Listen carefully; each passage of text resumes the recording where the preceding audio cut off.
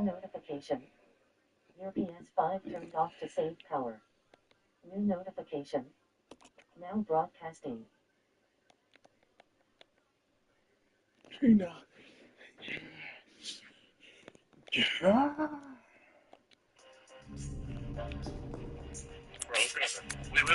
What's that to do first?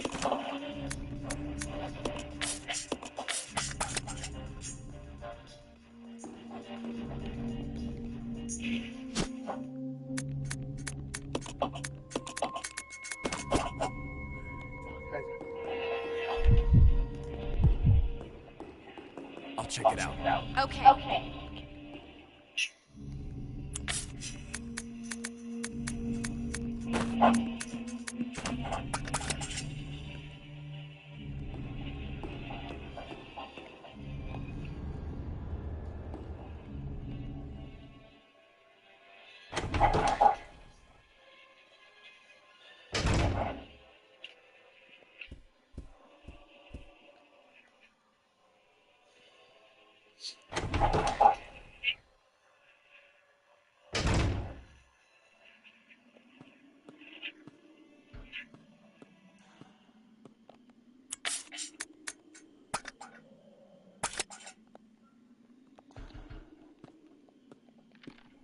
Well, the latest ABC News poll is looking at this for Kamala Harris. It shows Vice President Harris polling at 51% of likely voters to Donald Trump's 47%. The poll also showed Kamala Harris with a larger lead with black men and Latino men than Joe Biden had 4 years ago. If this poll is accurate, it proves that speculation about Kamala Harris' possible weakness with black men and Latino men is false. This poll is correct. The Harris campaign stressed that point about this poll in reaction to what they clearly regarded as a very good news poll for their campaign. The President of the United States became one of the 45 million Americans to vote early in the presidential election. Today, when he cast his vote in Newcastle, Delaware, after waiting in line for 37 minutes, that is 37 minutes longer than Donald Trump would ever wait in line for anything. That is 37 more minutes of public humility than Donald Trump has exhibited in his 78 years of life. 3 months ago, President Joe Biden he was asked what it felt like to vote for Vice President Kamala Harris instead of himself.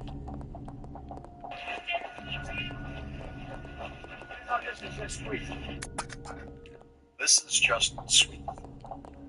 We have never had a more decent person than Joe Biden serve as President of the United States. And we have never had a more indecent person than Donald Trump. Mr. President, can you come here and comment on former President Trump's rally yesterday? He was saying a bunch of stuff about immigrants. It's simply embarrassing. The name president, but that's what we're going to use for. That's why this election is so important. You know, most of presidential scholars I've spoken to talk about the single most consequential thing about the president's character. And he puts that in question every time he opens it. Trump campaign apologists spent the day trying to distance Donald Trump from some of the featured players on the stage at a Donald Trump rally at Madison Square Garden last evening. The racism flowed freely from the mouths of well-known and unknown racists. Tucker Carlson is far less educated than Kamala Harris and obviously less intelligent than anyone who has ever run for president, not named Trump. Tried to insult Vice President Harris's education and intelligence with classic racist language, and not even allowed to say on Fox he hadn't been fired from what turned out to be his temporary job there.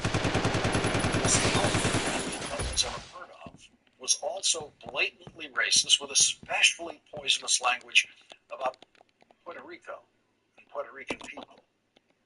He said that in a city where more Puerto Ricans live than anywhere outside of Puerto Rico. Both Tucker Carlson and the comedian no one's ever heard of would have been very educated in 1939. Lots of people like Madison Square Garden. 2 years You heard him before now. Nazi leader Adolf Hitler declared And we discuss war on the it. United States. What he said. Imagine how racist the Trump event had to be for the New York Times to headline their report, "A Closing Carnival of Grievances, Misogyny, and Racism in New York City." Donald Trump inadvertently proved himself a liar yesterday about New York City. He held a rally in the belly of the beast, Midtown Manhattan, the heart of New York City. 20,000 people came. 20,000 people who have been told by Donald Trump that they have a 75% chance of being murdered if they enter the New York City subway system. And that's how most of them got to Madison Square Garden. On the same New York City subway system that Donald Trump says will murder them. 20,000 Trump supporters went to the center of the city where they are surrounded by millions and millions of over 3 million immigrants in New York City, where the population is 38% immigrants. That's not counting the children of those immigrants who were born here. The people who Donald Trump insists poison blood. They poison the blood of this country. That's what Donald Trump said. A pure Hitler echo. That's what all the Nazis in Madison Square Garden believed in 1939. They believed the Jewish people would poison the blood of any country, including this one. When Donald Trump finally Okay. in Madison Square Garden, he said this to his 20,000 fanatics in the room. The United States is now an occupied country, but it will soon be an occupied country no longer. Not going to be happening. Not going to be happening. November 5th, Let's split up. 2024, Okay. 9 days from now, will be Liberation Day in America. It's going to be Liberation Day. On day one, I will launch the largest deportation program in American history. The 20,000 Trump fanatics in the room know that this is not an occupied country. Many or most of them live in suburbs where they have absolutely no hint of being occupied. There is no place in the United States more occupied by immigrants than New York City. And that has always been true.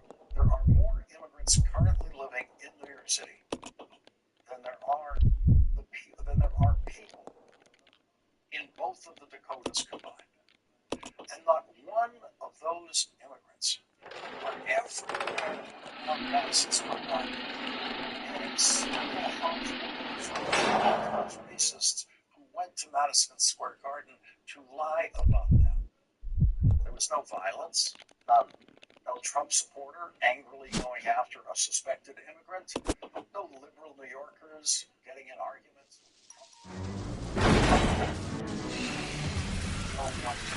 The centipede.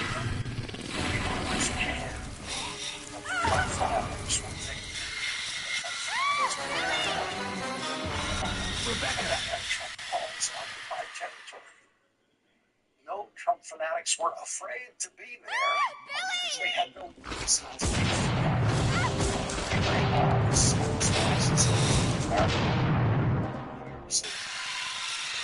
That's what Trump and his fanatics proved yesterday. Just how safe New York City is. Rebecca! Just a few blocks away from the Trump race all right? party, Yes. Kenneth Branagh was doing King Lear. In other words, it was just another day in New York.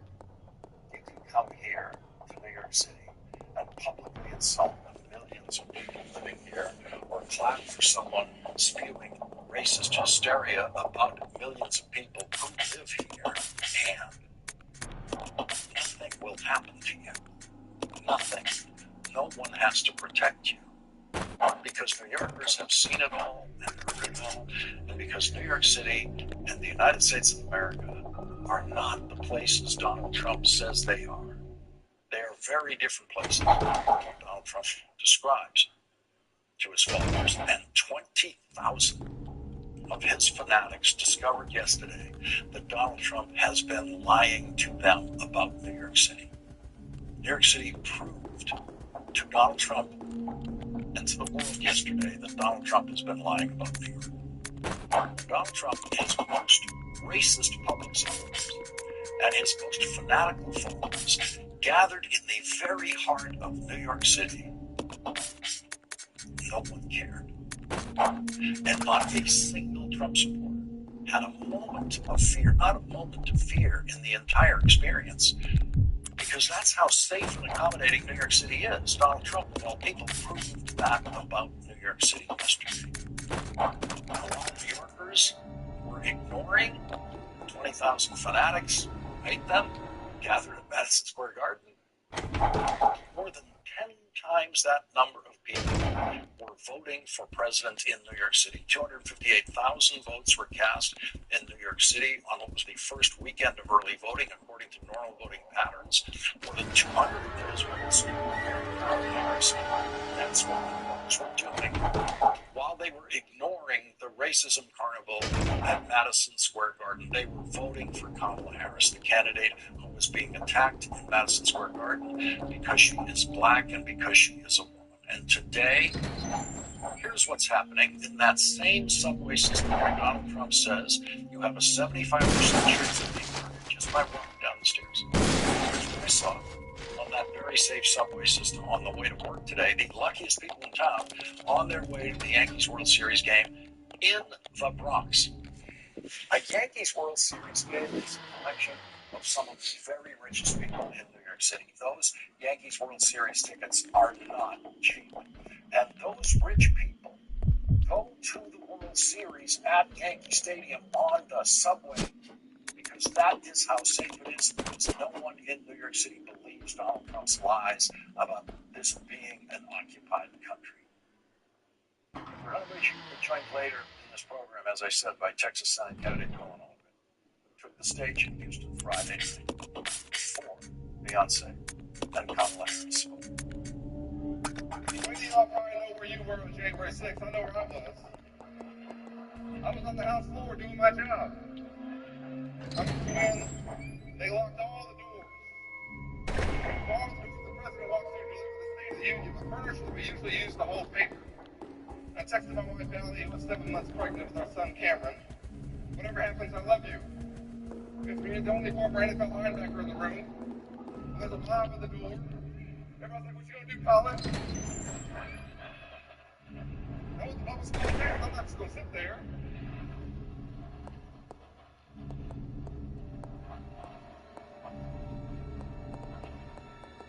So I took off my suit jacket. And I was prepared to defend the House floor from that mob. That's what happened. At the same time, after he'd gone around the country lying about the election, after he'd been the objective of the results in Arizona, Ted Cruz was hiding in a supply closet. Cowardice really is a Republican brand now, especially when it comes to fear of people they don't know. They aren't just afraid of immigrants, even though we all came from immigrants, but they are now afraid of everyone who does not vote for Donald Trump. That is what Donald Trump now calls the enemy. Donald Trump has promised to prosecute anyone who has contributed money to the Democratic presidential campaign. That's millions of people. Donald Trump has said he wants to prosecute everyone who supports the Harris for President campaign, everyone who votes for Kamala Harris. That's going to be about 80 million people. It is madness, of course. It is impossible. But Trump supporters of Donald Trump obviously are intellectually incapable of figuring out which of Donald Trump's hateful plans are impossible to actually carry out. Vice President Harris commented today on the Trump racism carnival at Madison Square Garden. Donald Trump this is not new about him, by the way. What he did last night is not a discovery. It is just more of the same and maybe more vivid than usual.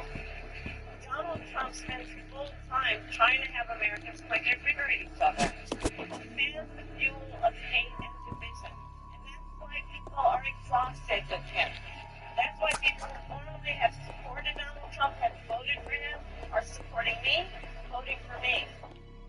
Exactly. Obama made her first campaign appearance for Kamala Harris in Kalamazoo, Michigan on Saturday. She asked for forgiveness for being a little frustrated and even a little angry. Whether it's online or in the media or in our social circles, there are folks who say they're not sure about Kamala. They accuse her of not providing enough policy details. Some wonder, do we really know her? Is she too aggressive? Is she not aggressive enough? There are folks sowing seeds of doubt about whether she's who she appears to be. Now, don't get me wrong. Voters have every right to ask hard questions of any candidate seeking office. But can you see why we are once again holding Kamala to a higher standard?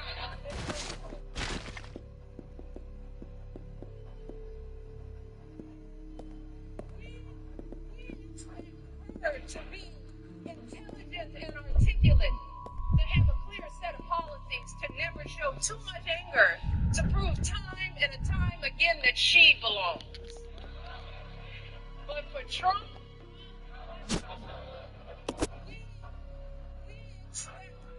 nothing at all. No understanding of policy, no ability to put together a coherent argument, no honesty, no decency, no morals. Instead, too many people are willing to write off his childish, mean-spirited antics by saying, well, Trump's just being Trump. Then question his horrible behavior. I hope you'll forgive me if I'm a little frustrated that some of us are choosing to ignore Donald Trump's gross incompetence while asking Kamala to dazzle us at every turn. I hope that you'll forgive me if I'm a little angry that we are indifferent to his erratic behavior, his obvious mental decline, his history as a convicted felon,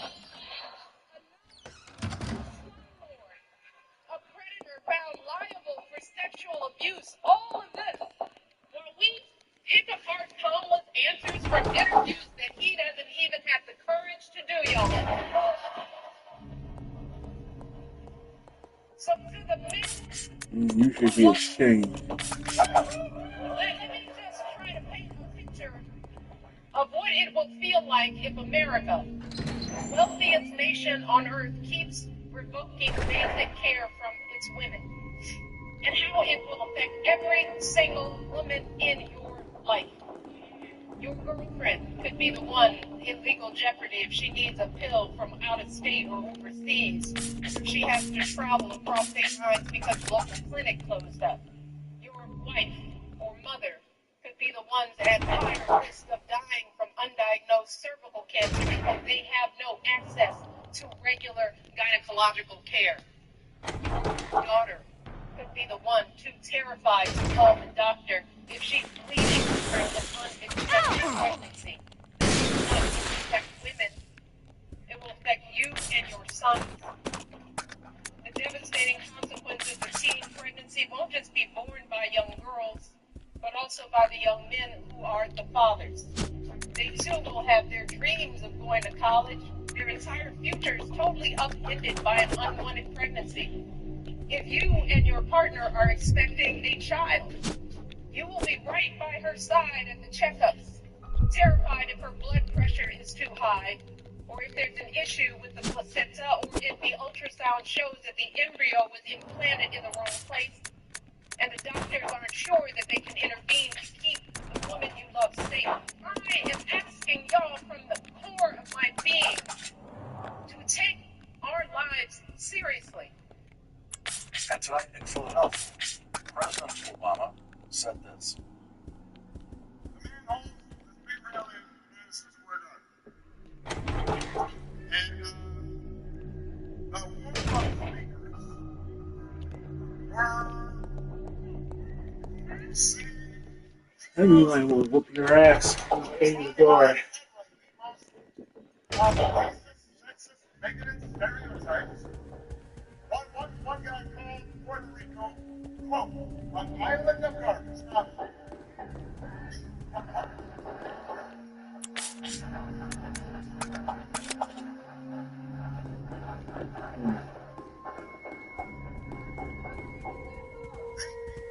These are fellow citizens he's talking about. Here in Philadelphia, Let's split up. they are your co-workers. They're taking what you want with your kids.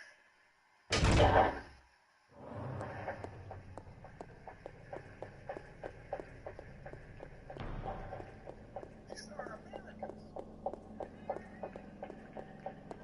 They're people. And that is the reason why this election should not be voted. Clear. Here's a good rule. If somebody does not respect you, if somebody does not see you as fellow citizens with equal claim to opportunity, sort of happiness to the American dream, you should not vote for them.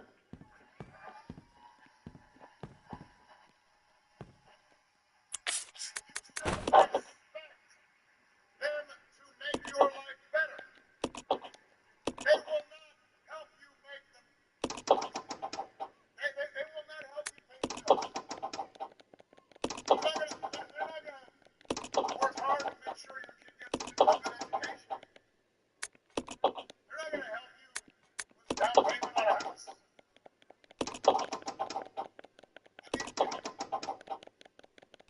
We have to reject the kind of politics that we saw represented. America's ready to take the pain. America's ready for a better story. Philadelphia, we are ready for a President Kamala Harris.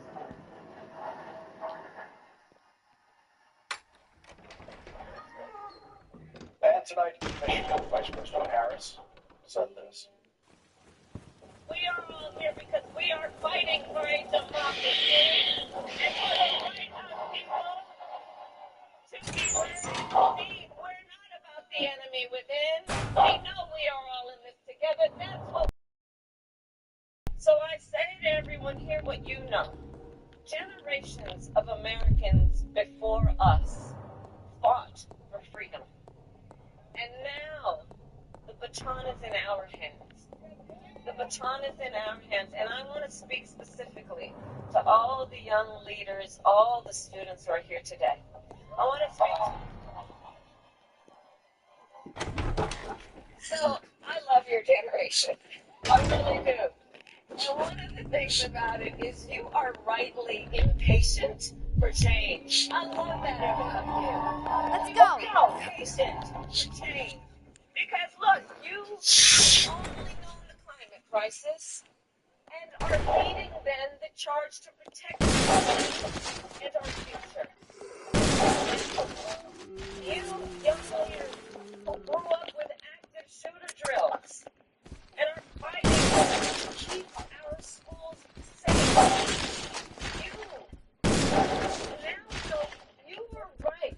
Then your mothers and grandmothers are standing up for reproductive freedom. And for you then, I know that these issues that are at stake, they are not theoretical. This is not political for you. It is your lived experience. And I see you. And I see your power. And I know many of you are voting for the first time. Can I see a raise of hands who's voting for the first time? Can we hear it for our first time voters?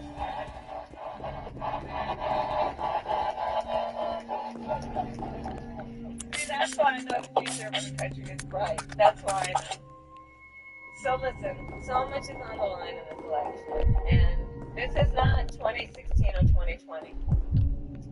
We can all see that Donald Trump is even more unstable and more unhinged. Now he wants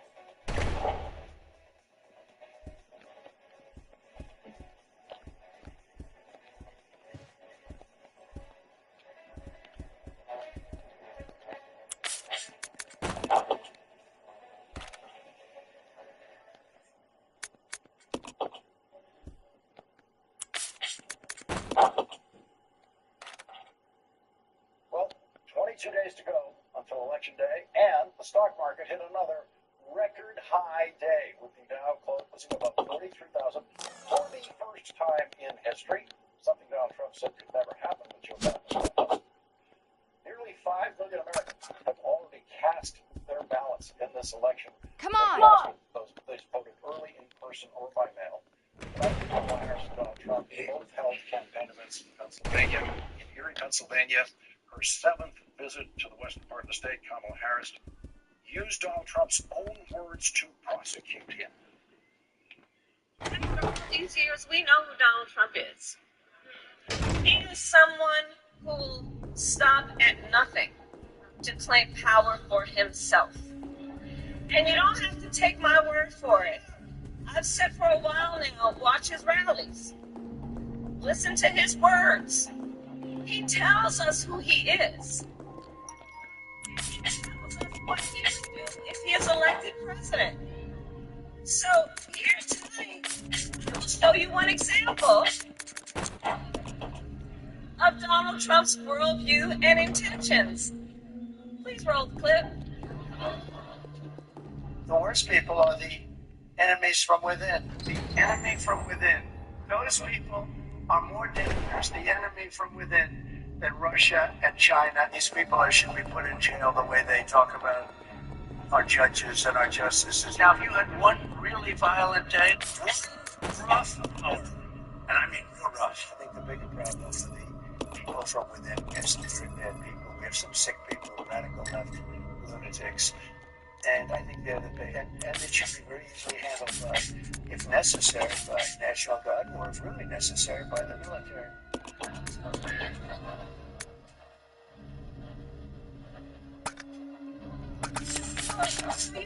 So you heard his words. You heard his words coming from him. He's talking about the enemy within Pennsylvania. He's talking about the enemy within our country, Pennsylvania. He's talking about that he considers anyone who doesn't support him or who will not bend to his will an enemy of our country. It's a serious issue. He's saying that he would use the military to go after them. Think about this. Come on. We know who he would target. And we know who he would target because he has attacked them before. Journalists whose stories he doesn't like. Election officials who refuse to cheat by filling extra votes and finding extra votes. Judges who insist on following the law instead of bending to his will. This is among the reasons I believe so strongly that a second Trump term would be a huge risk for America and dangerous.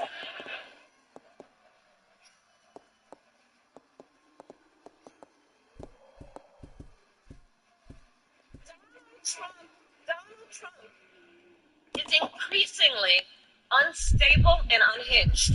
I'll check it out. Okay. And he's out for unchecked power. That's what he's looking for. He wants to send the military after American citizens. He has worked to prevent women from making their own health care decisions and threaten your fundamental freedoms and rights, like the freedom to vote, the freedom to be safe from gun violence, the freedom to breathe clean air and drink clean water, the freedom to love who you love openly and with pride. Let's regroup. So here in Pennsylvania, when freedom is on the line, Americans always answer the call. We always answer the call. And this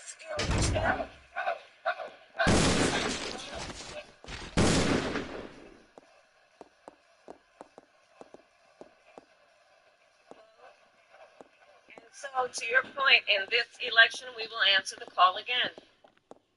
Vice President Harris is being more aggressive, questioning 78-year-old Donald Trump's mental fitness for president for another 4 years. Over the weekend, Kamala Harris released a summary of her medical records, revealing that she is, quote, in excellent health, and adding, quote, she possesses the physical and mental resiliency required to successfully execute the duties of the presidency, to include those as chief executive, head of state, and commander-in-chief. In North Carolina yesterday, Kamala Harris said this.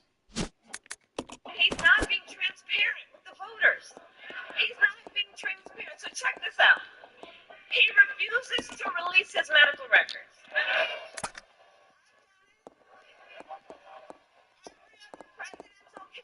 Every other presidential candidate in modern era has done it. He is unwilling to do a 60 Minutes interview. Like every other major party candidate has done for more than half a century.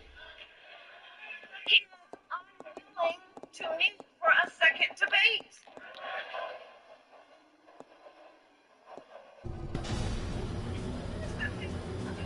The thing makes you wonder. It makes you wonder. Sorry, guys, got to use again. Why does his staff want him to hide away?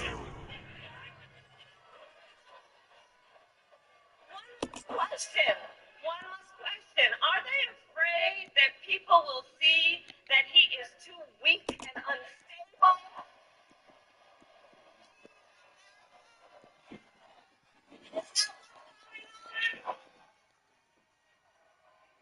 Today, with the stock market hitting a new record high, the Harris campaign highlighted a survey of economists in the Wall Street Journal agreed that Donald Trump's policies would drive up prices, interest rates, and the national debt, while hurting manufacturing jobs.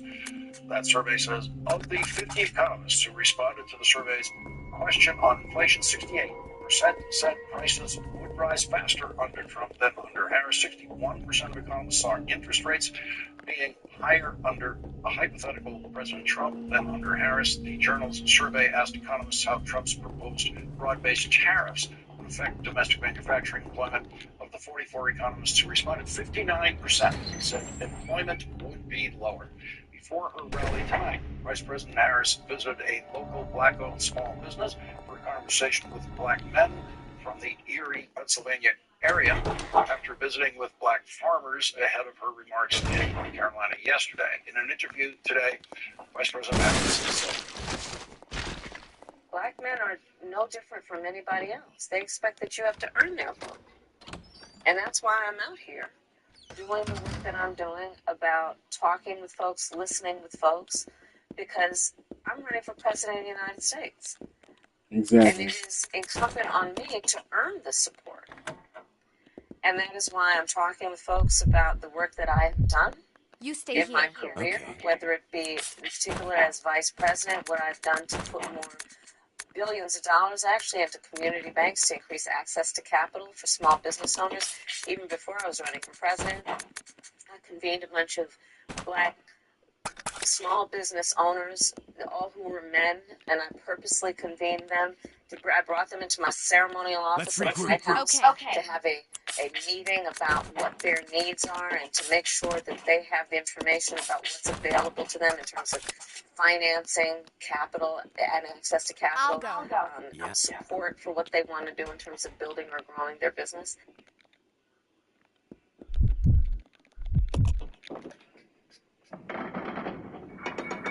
Question for business people, for business-minded people, or even just for people who say that business issues and economic issues are their main concern. That's what's driving them as they think about this election. And, even for those of us who think of themselves as business-minded people, or as business people, or people for whom that's our top priority, a lot of us have a lot of respect for people who do find themselves right? I think that's sort of a serious way to look at the world, a respectable way to look at the world. Maybe business issues aren't my top thing. Maybe economic issues aren't my top thing. I don't know. But if those are top concerns for you, well, credit to you. I'm interested in how you make your decisions on that basis, right? It's a respectable way to make that. And this issue about sort of making a business decision about your vote, a business decision about the election. This comes up all the time when you look at real-world support for Donald Trump, right? When you look at why relatively normal people say they're going to vote for him. And yes, has he tried to stay in power by saving a lot of Congress after the last election? Yes, he's awaiting sentencing after being convicted of 34 felonies. Yes, he's awaiting trial on dozens more felony charges. Yes, he told Americans they could inject disinfectant for COVID. Yes, he made it government policy to take little kids away from their moms and dads. Yes, he gave pardons to all his friends. He got impeached twice, and now he is running for re-election by talking about people with bad This is why I despise and loathe Donald Trump. And how we're going to use the military to build gigantic camps, and we're going to round up tens of millions of people in America and put them in these huge camps. Yes, there are things about him that maybe aren't appealing. There are things about him that maybe sound a little nutty. But, you hear this all the time, but his policies. If you're just an economic-minded person, if you're just a business-minded person, then you're sort of big enough, you're sort of above it all enough to not really care about or not even really think about stuff like that. You're just in it for the policies. Like Georgia Governor Brian Kemp said just last week. This is the same Brian Kemp that Trump tried to force to throw out the election results from his state last time. Kemp said he's voting for Trump this time anyway. He just said last week, quote, "Look, you may not like Donald Trump personally, but you'll like his policies. It's a business decision. You're making a business decision." That's mostly what I want to talk about tonight. Tell me, what is a business decision in this case? I mean, is it who will do a better job handling the economy? Because as we come to the end of the Biden-Harris administration now, I mean, here's the special report that's just put out today by The Economist magazine. The title is, quote, "The American Economy, the Envy of the World." This is a multi-day special report that's coming out now from The Economist. Here's the first installment in this multi-part series that's just out today. Quote, "The American economy has left other rich countries in the dust." That's the American economy at the end of the Biden-Harris administration. I mean, if you're making a business decision about who will do a better job handling the economy, well, the Biden-Harris economy has not only left every other rich country in the world in the dust, it has left the record of the Trump administration in the dust. Right? Literally, what they're calling a dream economy. The best job market in the history of the United States. That's what the Biden-Harris administration has done in their management of the U.S. economy. So is that what you're basing your business decision on? Maybe it's not the broad question of who will do a good job with the economy, who's shown that they can do a good job with the economy. Maybe this election is more specific. Maybe it's about the deficit. Maybe you're a fiscal hawk, and that's the basis of your business decision that you're making about who to support here. Well, here's the Wall Street Journal. Quote, "Economists say inflation and deficits will be higher under Trump than Harris." Quote, "According to a quarterly survey by the Wall Street Journal, most economists think inflation, interest rates, and deficits would be higher under the policies former President Donald Trump would pursue in a second administration than under those proposed by Vice President Kamala Harris." Quote, 65% of economists see Trump's proposed policies putting more upward pressure on the federal deficit than Kamala Harris's policies. The Committee for a Responsible Federal Budget estimates Trump's plans would widen federal budget deficits by more than twice the expected increase. So, if that's the basis of your business decision in this election, and all you say you care about is fiscal responsibility and the deficit, right? Bringing that deficit down. Well, Trump doubles Harris. He laps Harris in terms of what he's planning to pile on to the deficit. Right? Similarly, let's say your business decision on this election is on inflation. Well, that's also a business decision about this election that should point you in that direction. Well, of the economists who responded to the Wall Street Journal's question on inflation, 68% said prices would rise faster under Trump than under Harris.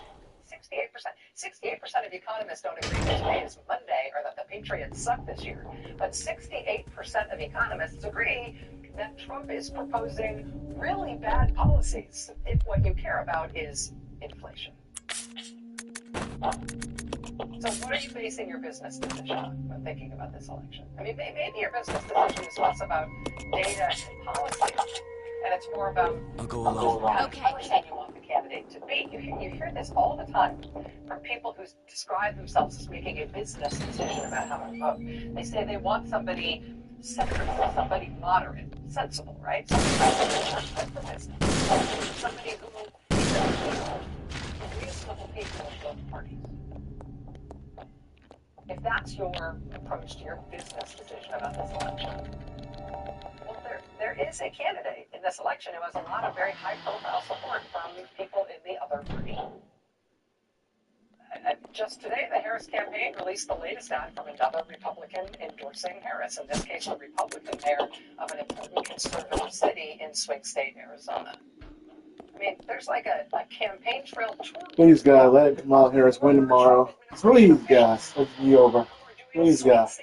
To tell people to not vote for the man they served under in the last presidential administration under Trump. They are instead touring the swing states. Let Harris win this. Not Donald Trump. He's too damn evil. Former elected officials for Trump or former Obama officials for Trump. There's nothing like that.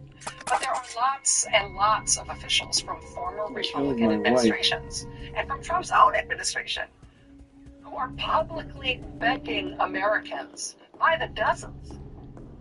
Come on. Okay. Publicly begging Americans to vote for Harris and not Trump.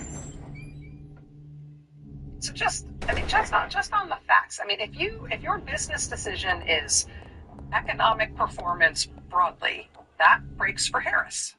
If your business decision is the deficit, that breaks for Harris. If your business decision is inflation, that breaks for Harris. If your business decision is on whether the candidate is bipartisan seeming and can appeal across both parties, clearly that's Harris.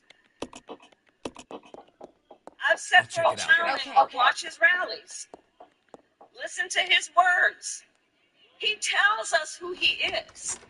And he tells us what he would do if he is elected president. So here tonight, I will show you one example of Donald Trump's worldview and intentions. Please roll the clip. The worst people are the enemies from within. The enemy from within. Those people are more dangerous, the enemy from within, than Russia and China. These people should be put in jail the way they talk.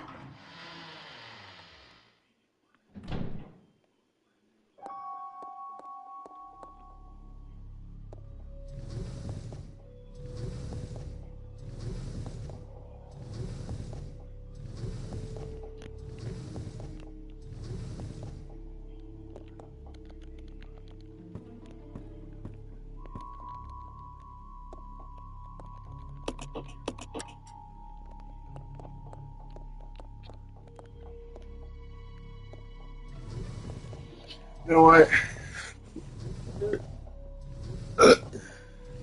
Dave Bautista is a better Hollywood actor, man. You don't need WWE. Hear me, Dave?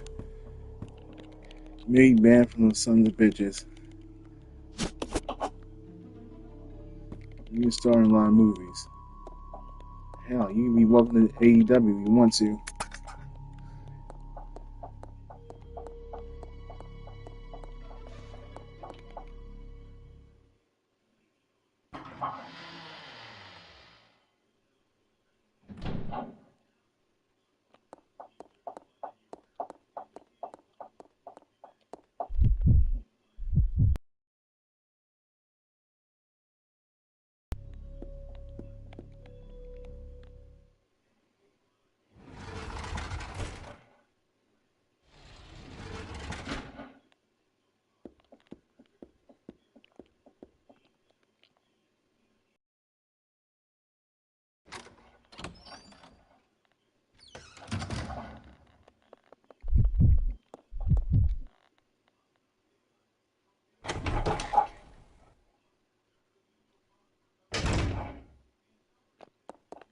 go. Yeah.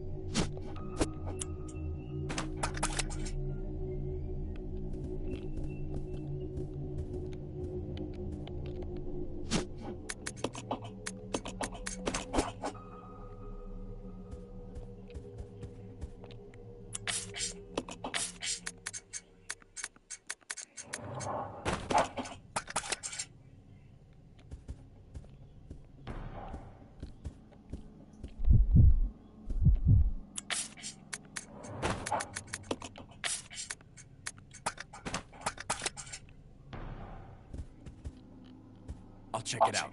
Okay. Come on. Roger.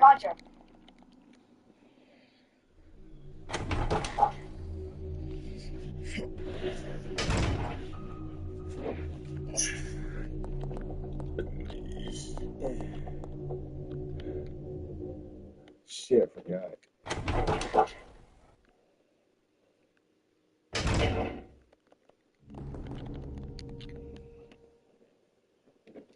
Donald J. Dickhead, go fuck yourself, Trump. You don't deserve respect. He deserves only death. And resting in pieces. He's a monster. Without a conscience, without remorse, and without a soul. He's incapable of any of us. He deserves to die. So,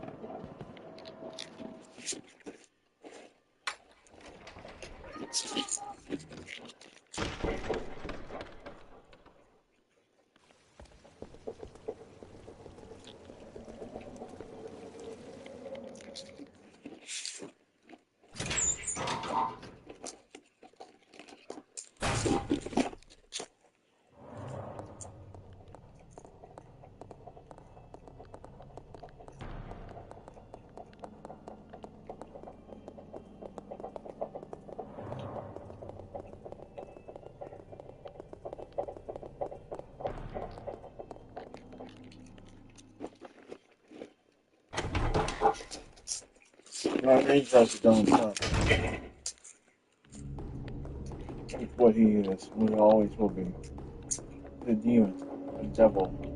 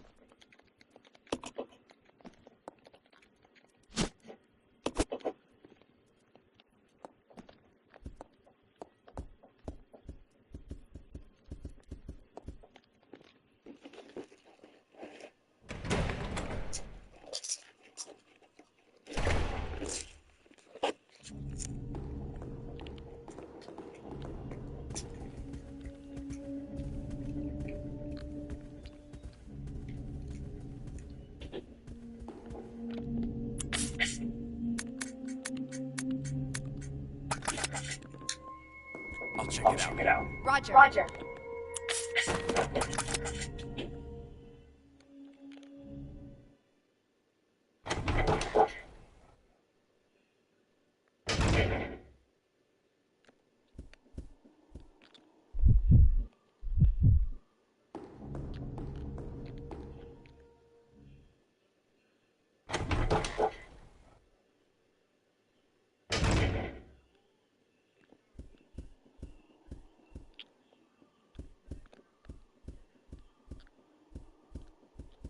This way. Okay.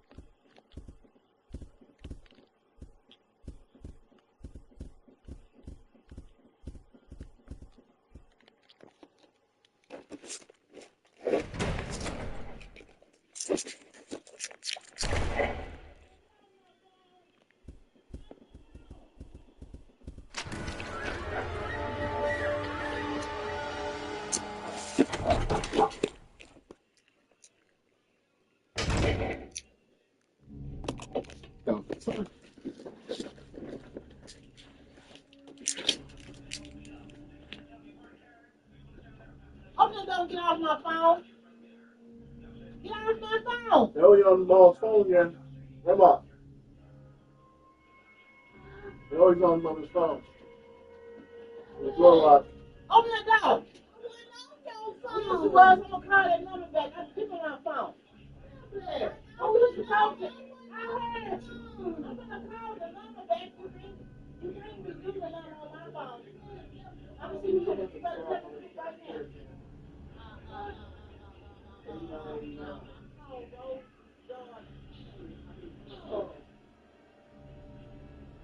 So Rose is on like 10. When your ass goes upstate, you gone. Get out of my face. Please go. I'm talking about. I called Rose is Rosie. You know Rosie, you went to see her daughter. How do you know my phone is security code? How do you know? But my security on the phone. It wasn't locked yet, or it was charged.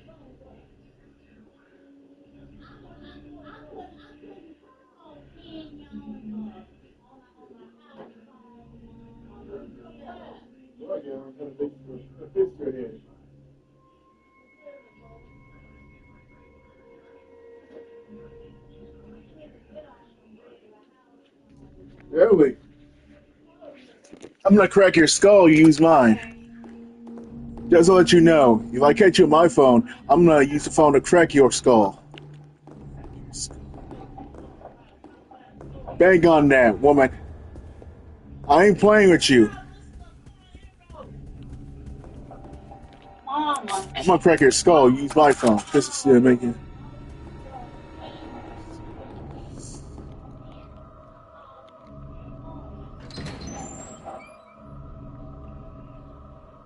You dumbass. I'm sorry, man. You are a dumbass. Yes, it is.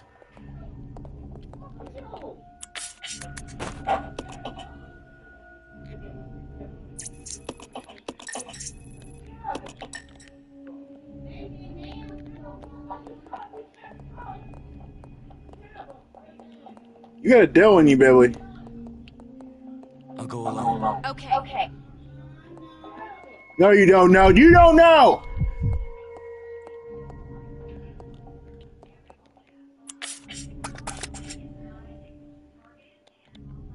Notice.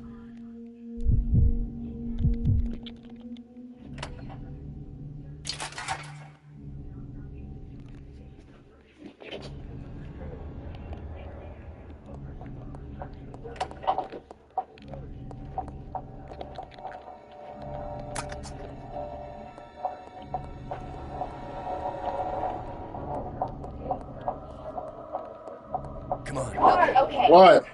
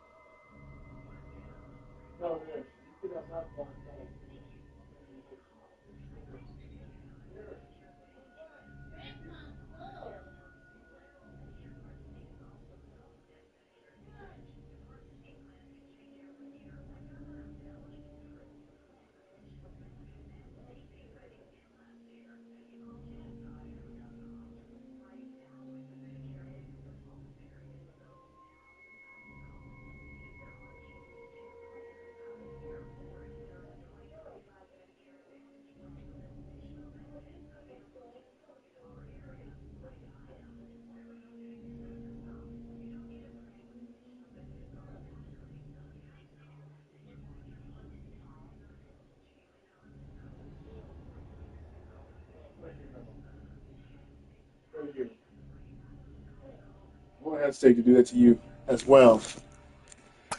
Let's split up. Roger. Come on. Roger. You can't uphold Billy on everything.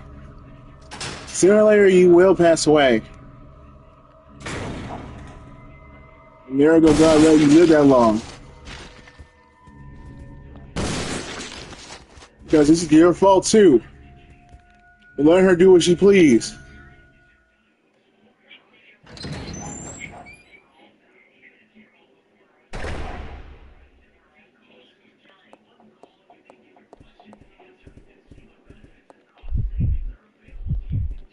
You stay here. Yeah.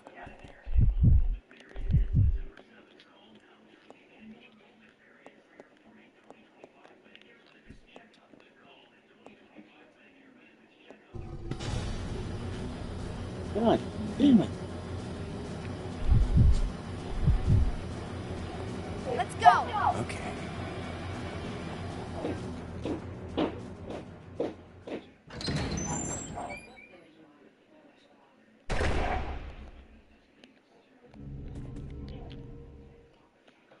Oh my God.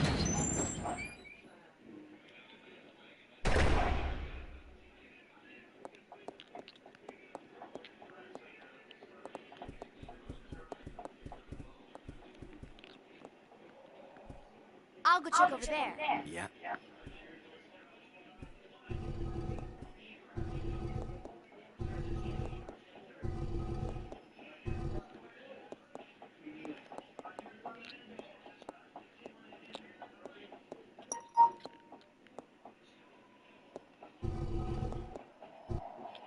No, I'm a fair warn her. I'm just tired. I don't care how you put it. You're a good-for-nothing grandmother anyway.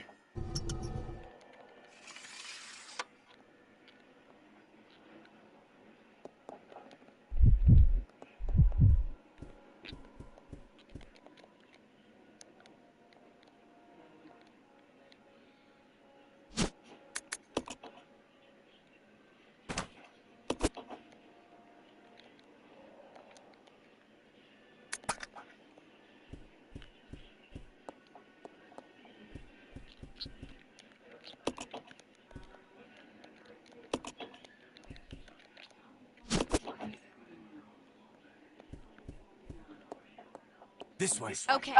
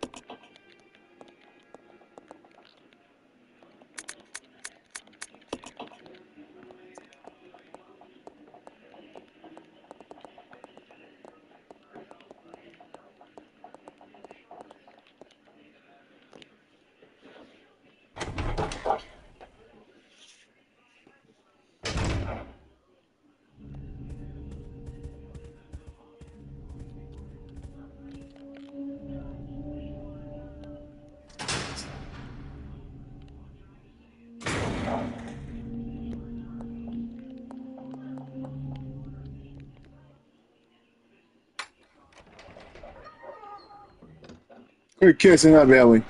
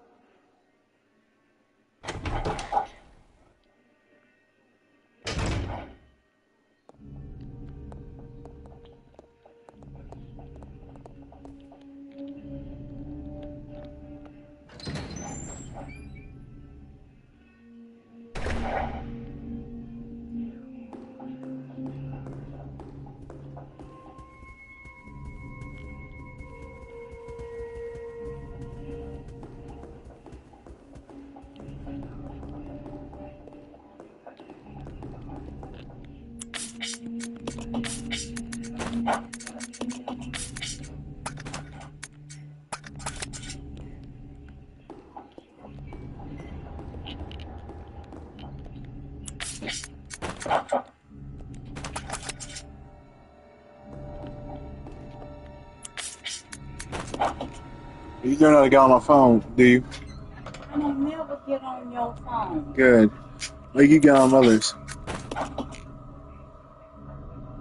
You just got a compulsion to do things. Please. I told my mom I ain't gonna get on it no more. I told her, That's what you said last time. And other last times. Don't go to your any of them. They're gonna stick them to it.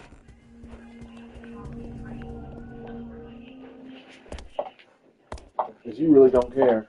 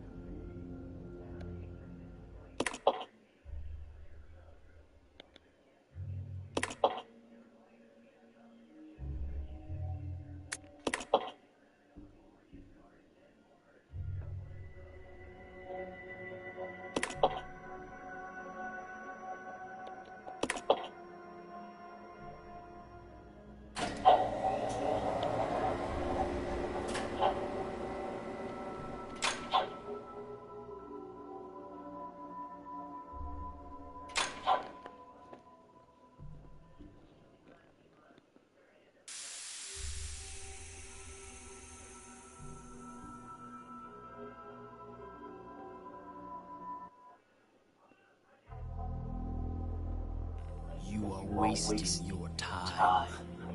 I have already claimed this place for myself, which means you are trespassing. And I am very territorial.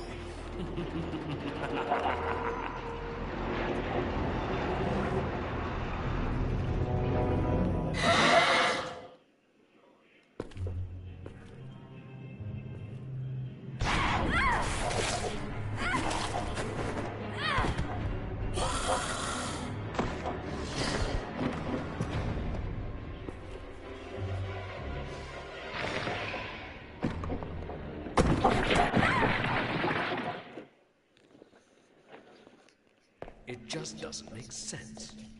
Do you honestly believe this to be the real identity of that crazy young man? Impossible. But if somehow it is true, then Umbrella will be finished.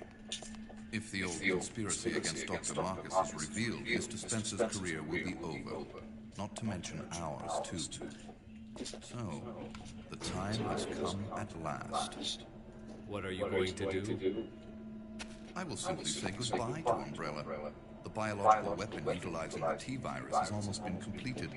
Our only remaining task is to acquire combat data.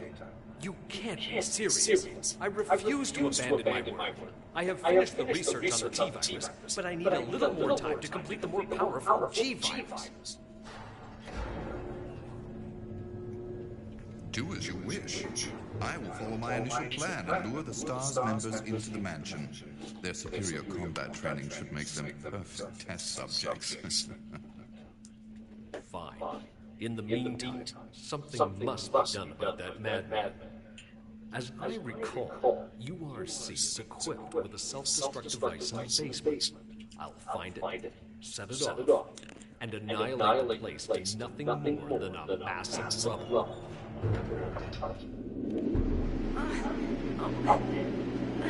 I can't.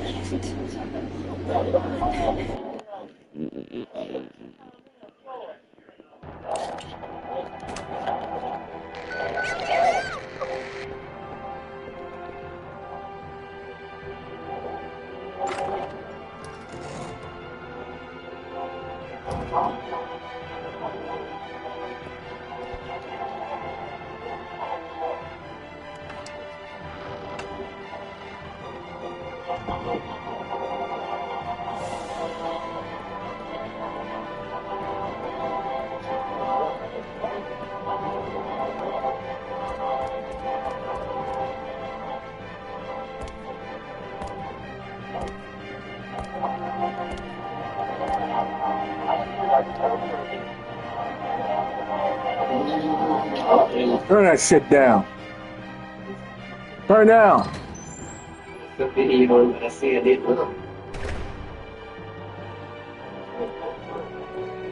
She always is.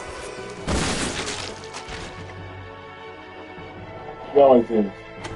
I always don't want to get away with it every time.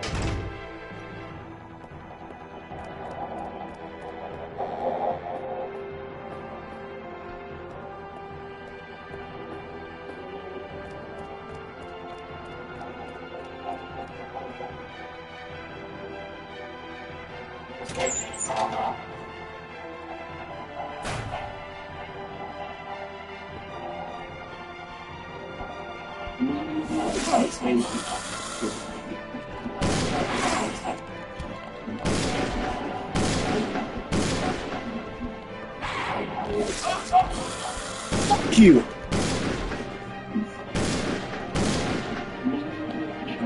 It's the video I'm gonna say I did with video there.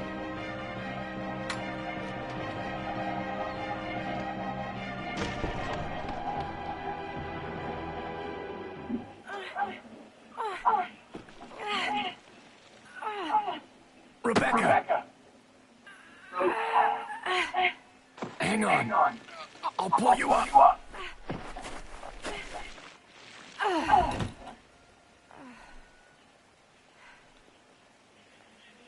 Thank you.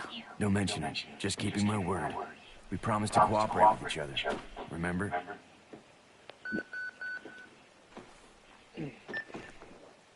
This is Rebecca. Over. This is Enrique. Have you managed to locate Cohen yet? Over. Rebecca, answer me. No, sir. I have not found him yet. I'll continue to search for him. Over. Rebecca. My first mission, and I've already disobeyed orders. So much for my great law enforcement career. Oh well, I probably won't live long enough to worry about it. Billy, I just need to know. I need to know the truth. Did you kill 23 people? I'm not going to judge you. I just want to know the truth. It was around this time last year.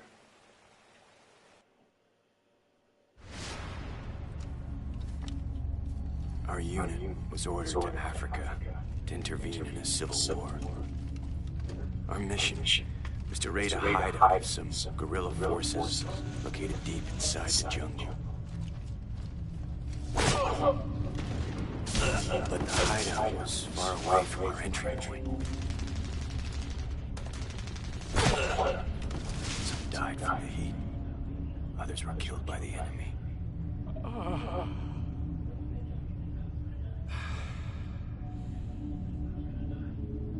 In the end, only 4 of us survived.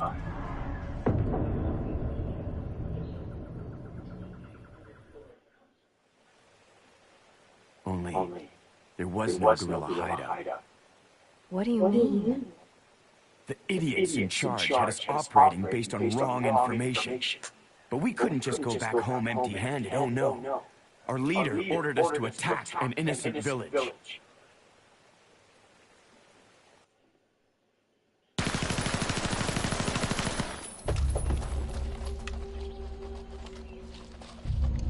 Get rid of them! Kill them all! Please, sir! Ceasefire immediately! Shut up! Do it! No!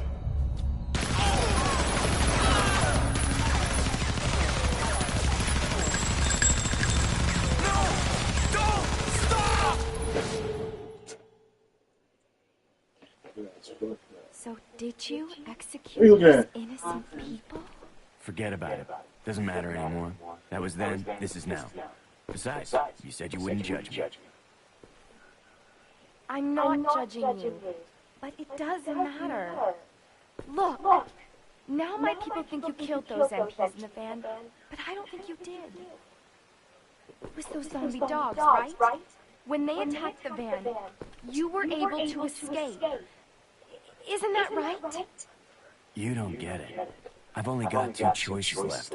Either report to the Marines and serve out my sentence, or keep on running for as long as I can. That's all.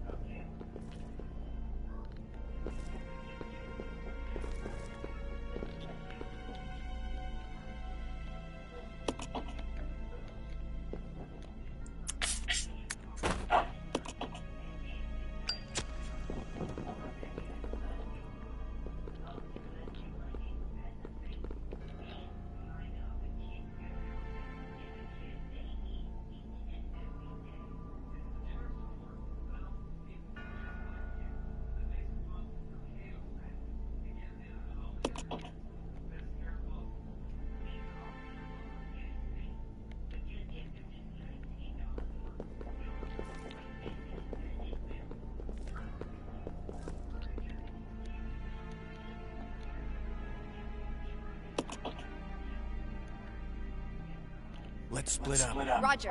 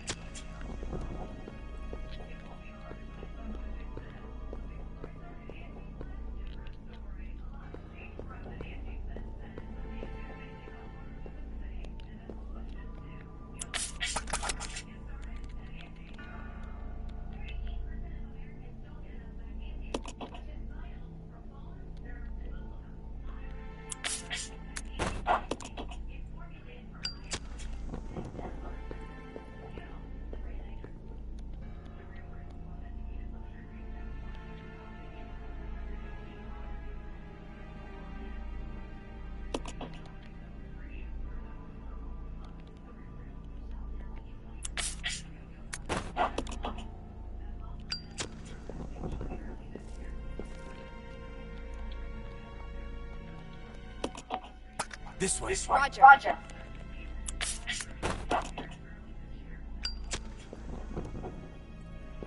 Damn. Yep, that's another one.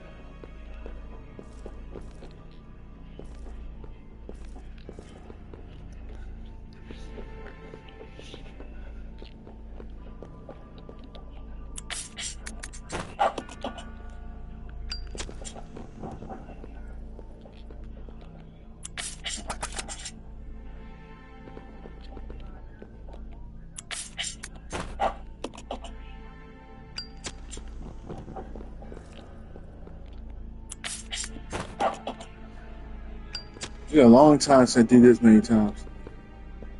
It's frustrating.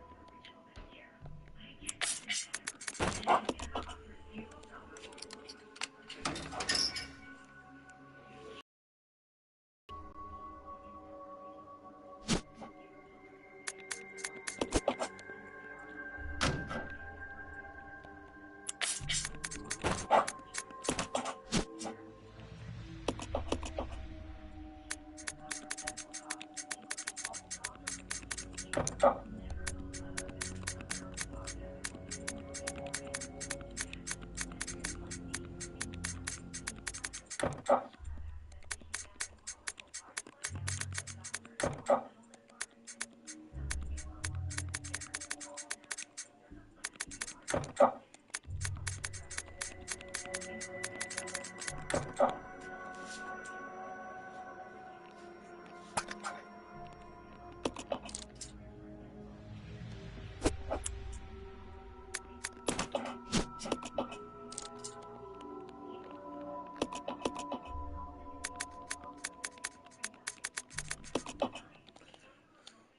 my god, I got too cocky.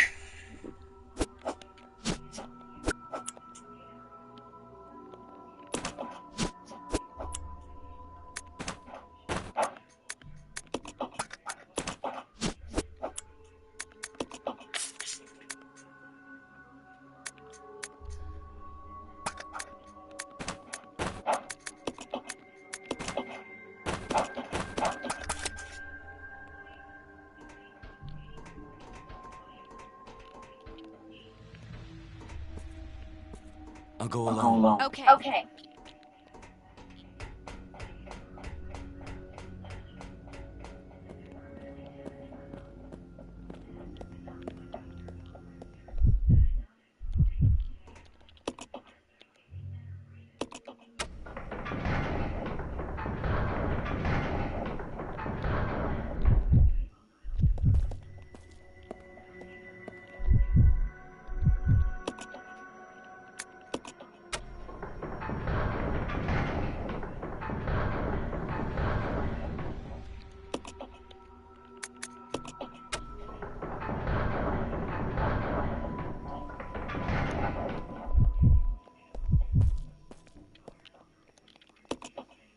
Battle sequence initiated. Locking door.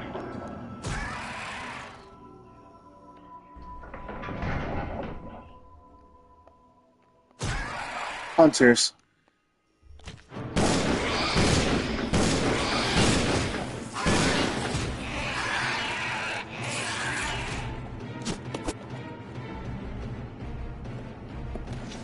Battle sequence complete.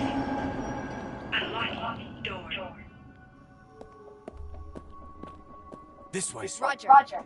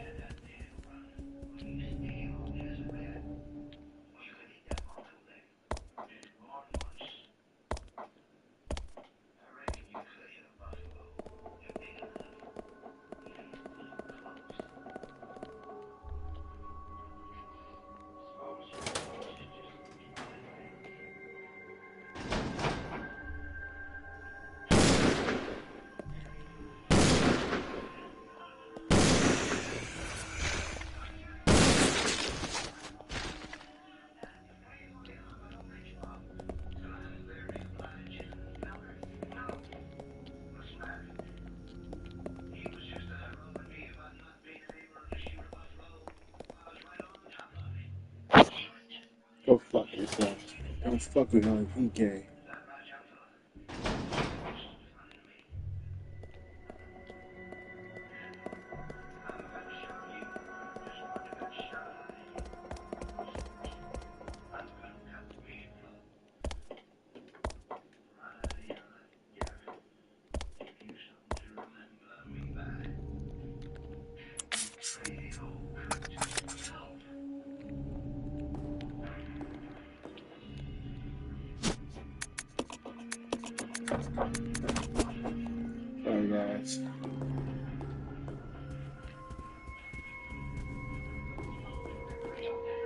You're right.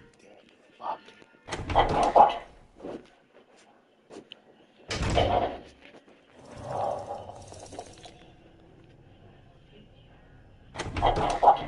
You're right. Dick. Fuck.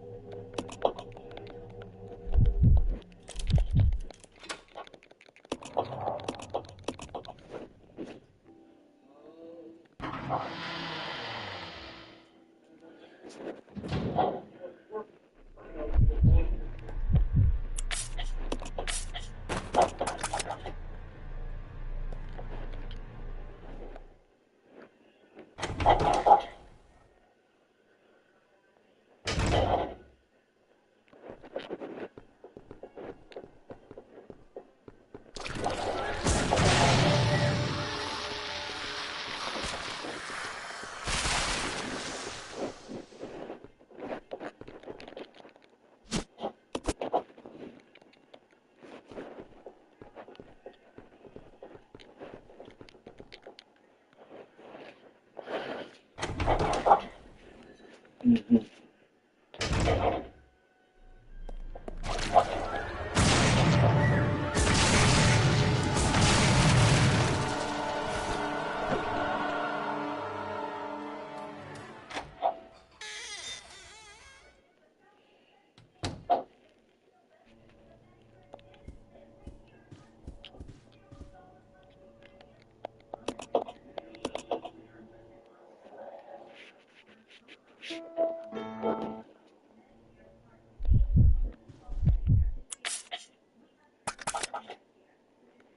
I'll go check over there. Yeah.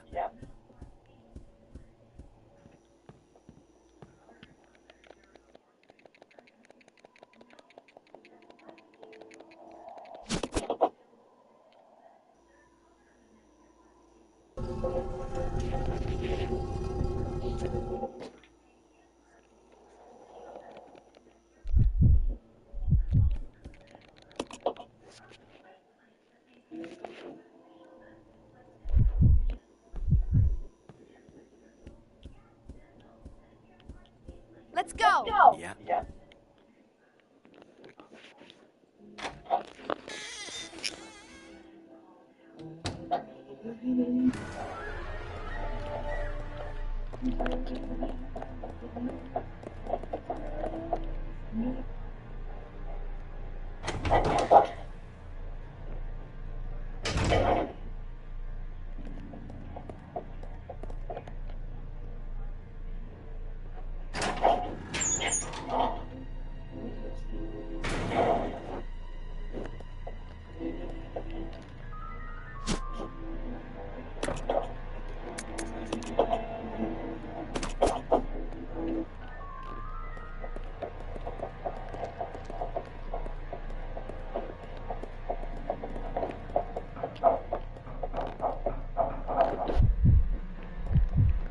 I'll check it out. Roger.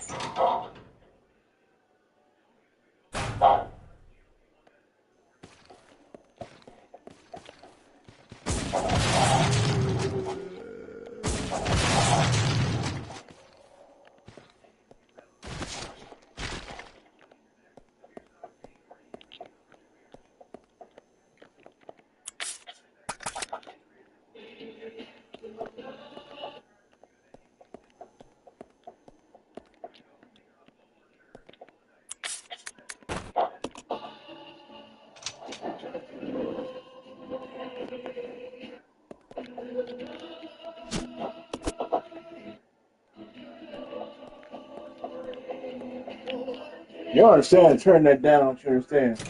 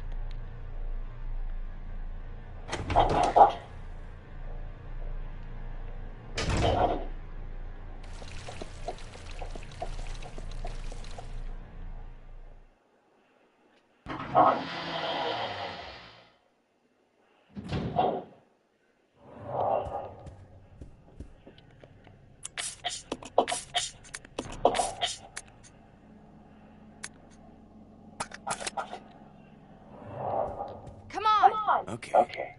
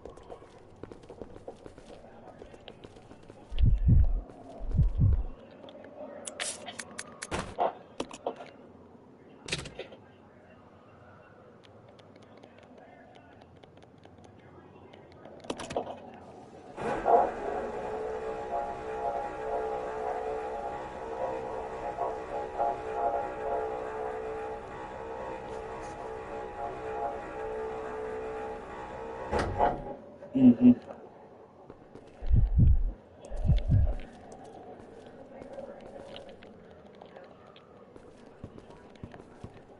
Let's split up. Okay.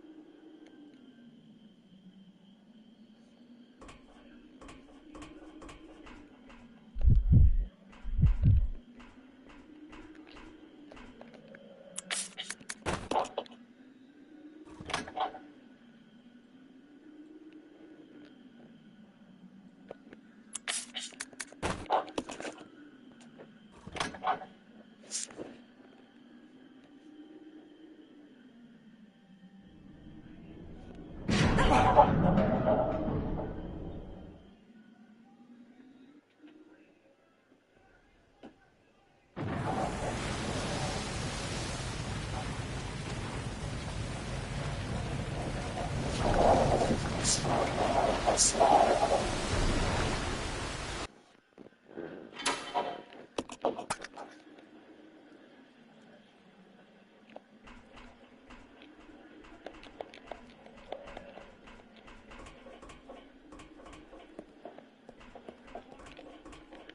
I'll go. Yeah.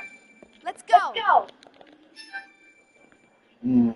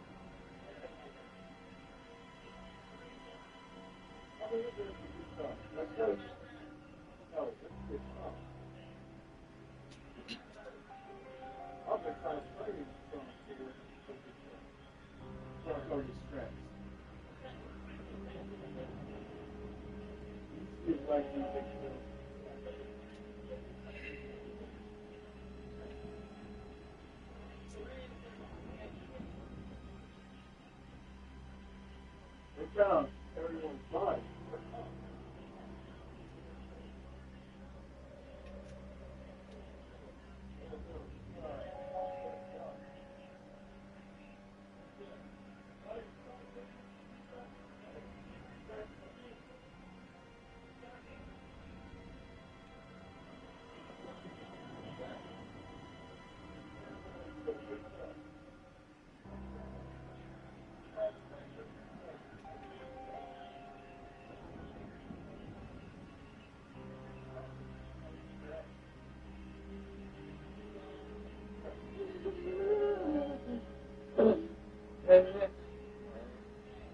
Are you just saying for some surprise? No, are you just saying for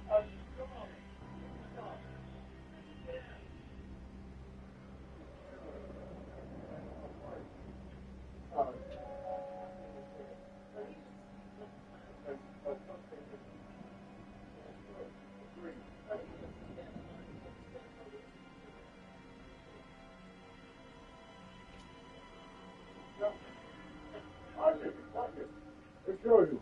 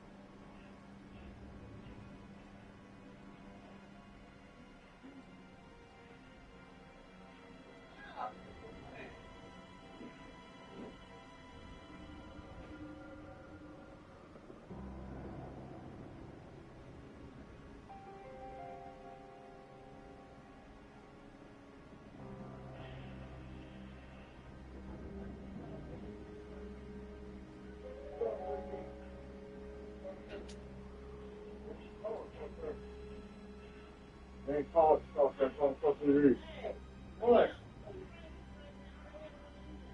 Stay in the water.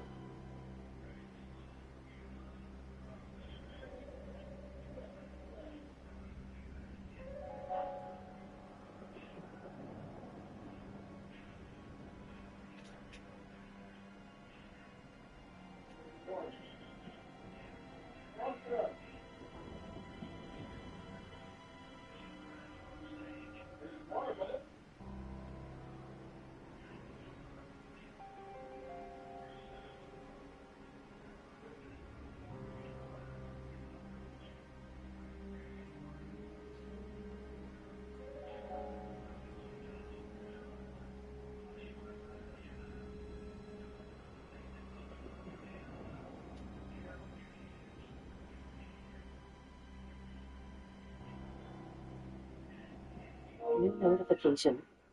New update from PlayStation Plus. Press the PS button for details.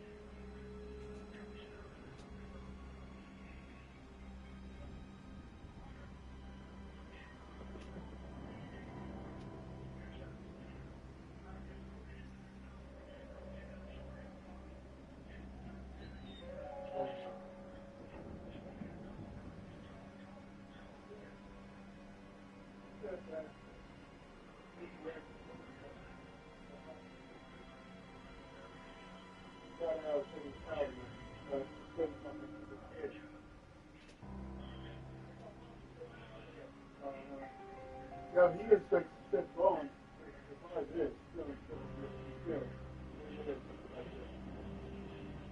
That's my one extension. Now it's not.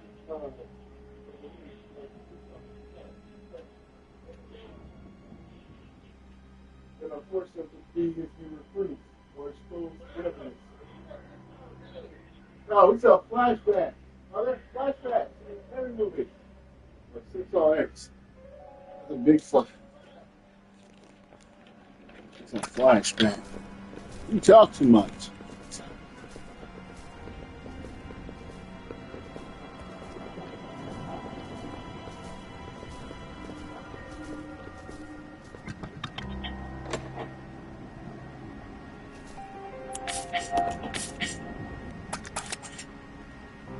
I'll check it out. Roger.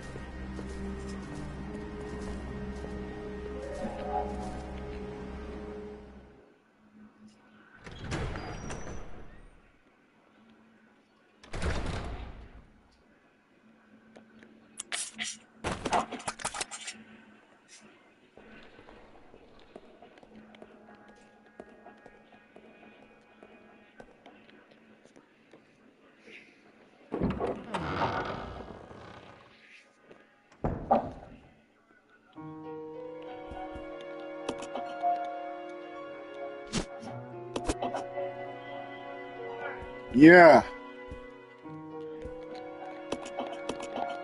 Okay. Less than 2 seconds. I'll play later, guys. I'm coming.